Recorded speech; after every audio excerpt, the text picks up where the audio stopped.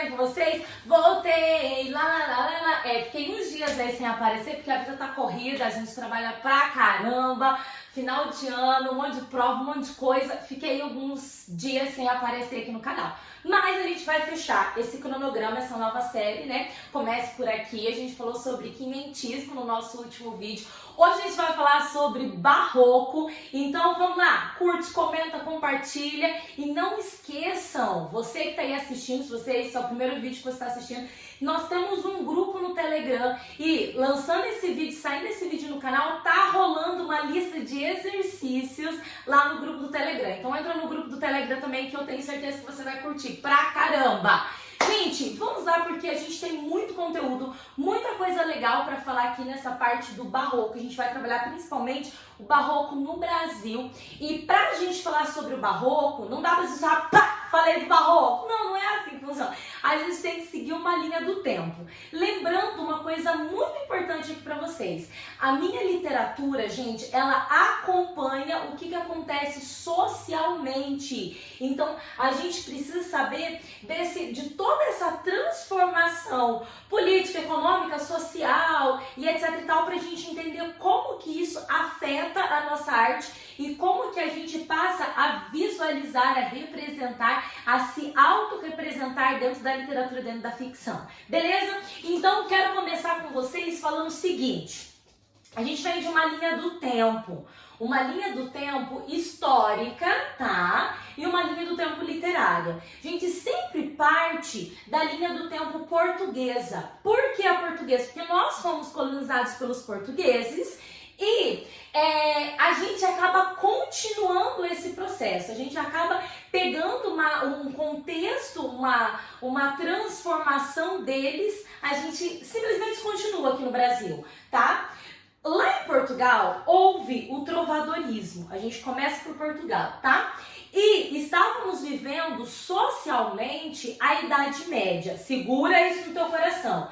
A Idade Média, ela é marcada pelo teocentrismo, em que Teo, Deus, certo? Ele é o centro de todas as coisas. O que sucede? Essa Idade Média, ela vai até meados do humanismo. Tá? O humanismo é outro movimento literário que a gente tem em Portugal. O humanismo, ele traz essa transição, que é o finalzinho da Idade Média e o começo do Renascimento.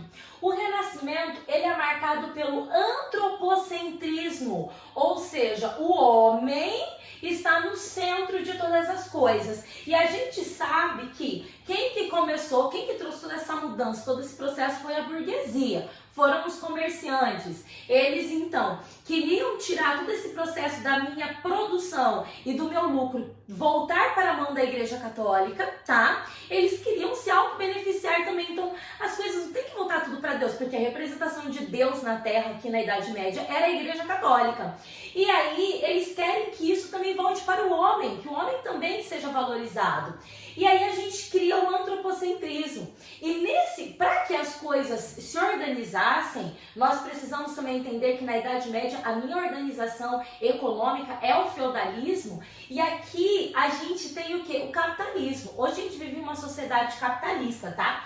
E toda essa ideia do capitalismo está voltado para o homem estar no centro, a lucratividade voltar para o homem. Como que eles conseguem fazer essa transição? Como que os comerciantes conseguem tirar essa visão feudal e essa Idade Média e colocar pra gente o Renascimento, o meu antropocentrismo e o capitalismo, por meio da Bíblia. A gente sabe que Martinho Lutero escreveu lá as 95 teses e dentro desse contexto ele disse o quê? Que a salvação é de graça! Meu Deus, para de vender salvação! Para de vender meu lugarzinho no céu, gente! Para! Isso deu uma queda gigante. Essa centralidade da Igreja Católica acaba por causa disso, né? A gente tá falando de acabar a centralidade, o domínio, não que a Igreja tenha acabado, tá, gente? Entenda aí direitinho esse processo. E é quando, no Renascimento, a gente vive, vou colocar só as iniciais, tá? A reforma religiosa, tá? Reforma religiosa e o surgimento, olha aqui, gente, do protestantismo.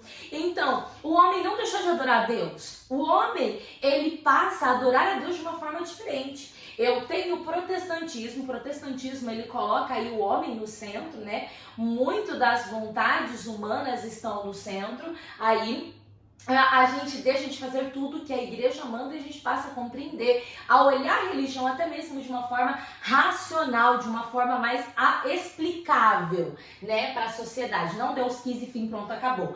Gente, isso daqui é o meu momento do classicismo, do renascimento. Quando a gente entra pro barroco, quando a gente vem para essa parte aqui do barroco, olha o que está acontecendo. Acontece a contra-reforma. Prof, por que você está falando isso? Porque eu preciso desse contexto histórico para eu compreender o que estava acontecendo dentro da sociedade. Olha esse rolê.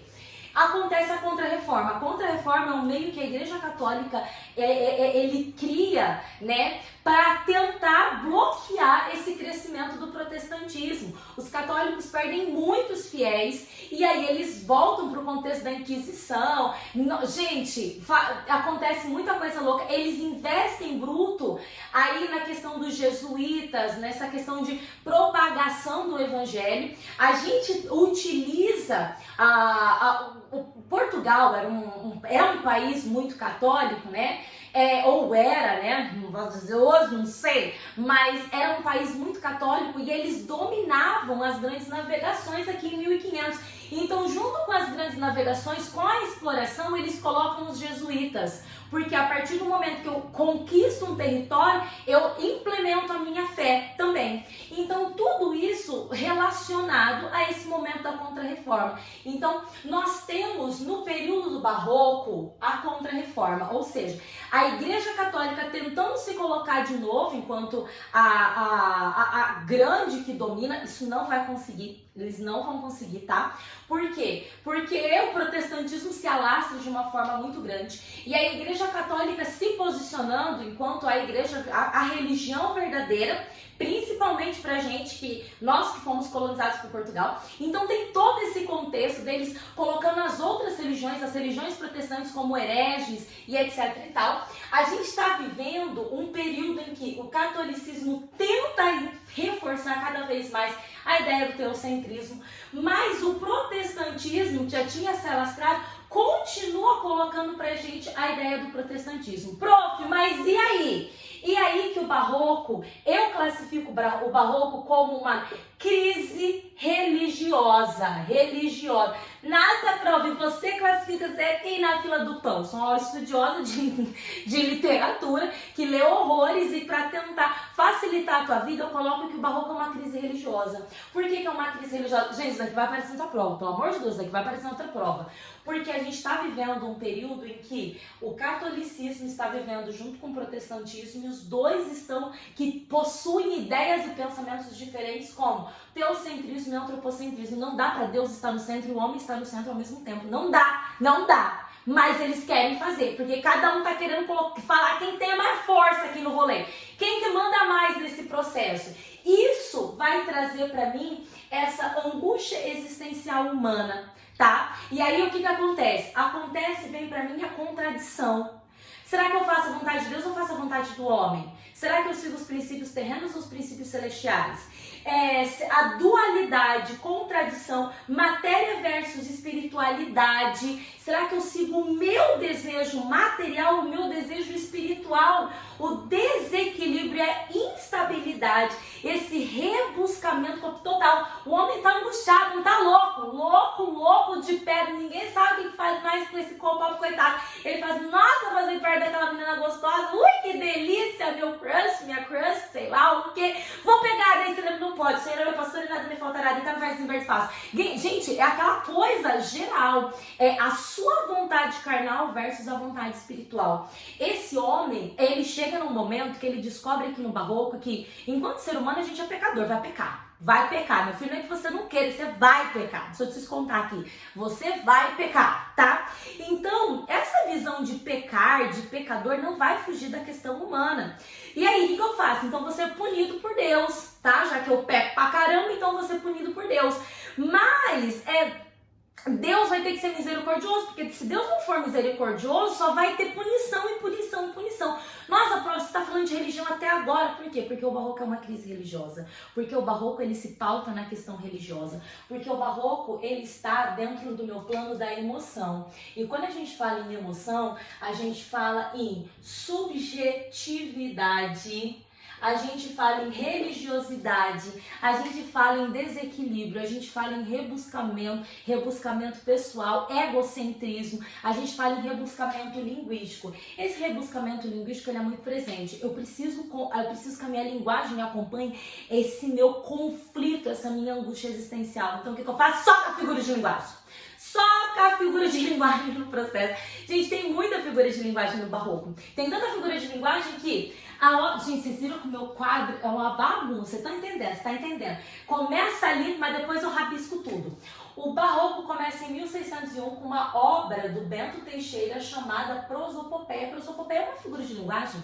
Prosopopeia significa prosopopeia e personificação. Você dá ações a seres inanimados, tá? Então, isso acontece dentro do meu processo. Só para você entender a importância das figuras de linguagem. O livro que abre o barroco no Brasil tem o título de uma figura de linguagem. Por quê? Porque eu preciso de rebuscamento linguístico, tá, gente? E aí eles têm mais dois termos que são extremamente importantes para esse contexto, que é o cultismo, que é o meu jogo de palavras, que é quando eu brinco com as palavras simplesmente por brincar. A gente vai brincar. Aí, ó, figuras de linguagem, vou colocar até aqui, ó.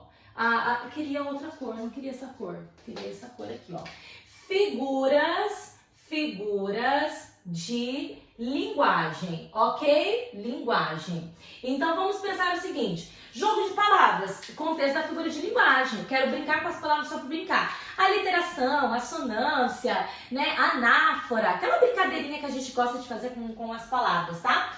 E a gente tem o conceptismo. O conceptismo já é um jogo de ideias. Eu utilizo todo esse complexo, toda essa angústia, toda essa dualidade, todo esse jogo, essa brincadeira com as palavras, mas com um contexto conceitual por trás. Eu quero que você mude o seu ponto de vista, eu quero que você passe a refletir de uma forma diferente, eu quero te converter ao cristianismo. Não esqueça, nós somos brasileiros, nós somos colonizados pelos portugueses, então o que vai imperar pra gente aqui é o contexto do catolicismo, tá bom?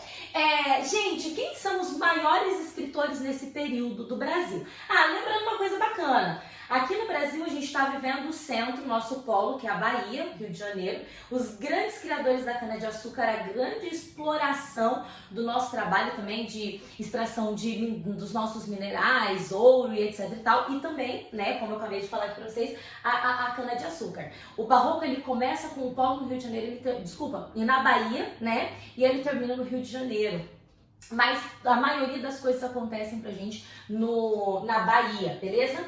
Temos dois grandes nomes no barroco do Brasil. Quem são eles? Gregório de Matos. Gregório de Matos é a maior representação da poesia. Você conhece Gregório de Matos pelo título, pelo apelido do quê? Boca do Inferno. Boca do Inferno, por quê?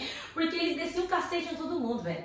O Gregório de Matos fez faculdade de Portugal, conheceu esse contexto português, voltou pro Brasil, continuou trabalhando com a coroa portuguesa e ele vai denunciar um monte de gente. Ele fala tanto mal da galera que no final da vida deles acabam apelidando ele de Boca do Inferno. É a crítica social, tanto para os problemas políticos quanto problemas sociais, então eles falam muito mal. E aí é lógico, né? O Gregório de Matos, ele vai viver essa dualidade de denunciar a sociedade, mas se sentir culpado por estar fazendo alguma coisa errada e depois pedir perdão para Deus pelos seus pecados. Lembra que sempre a questão religiosa vai imperar pra gente aqui, tá? E ele é o maior representante aqui no Brasil do cultismo, tá? Então ele brinca muito com as palavras. Prof, ele não é conceptista, lógico que ele é muito conceptista, mas o que vai imperar, o que prevalece é o cultismo, né, no Gregório de Matos. Outro grande nome é o padre Antônio Vieira, jesuíta, bonitinho, que veio pra cá, aquele processo todo bonitinho religioso. Ele vai escrever o que? Sermões. Então, O rolê dele é a prosa, beleza? Ele é o maior nome conceptista porque ele tenta convencer a gente ao cristianismo. Galera, eu espero que vocês tenham curtido, que vocês tenham gostado dessa explicação rápida, mas com as informações importantes que vocês precisam saber sobre o barroco. Logo, logo mais tem arcadismo. Beijo, tchau, tchau. Tem lista de exercícios lá no grupo do Telegram. Entra lá, tá? Tchau!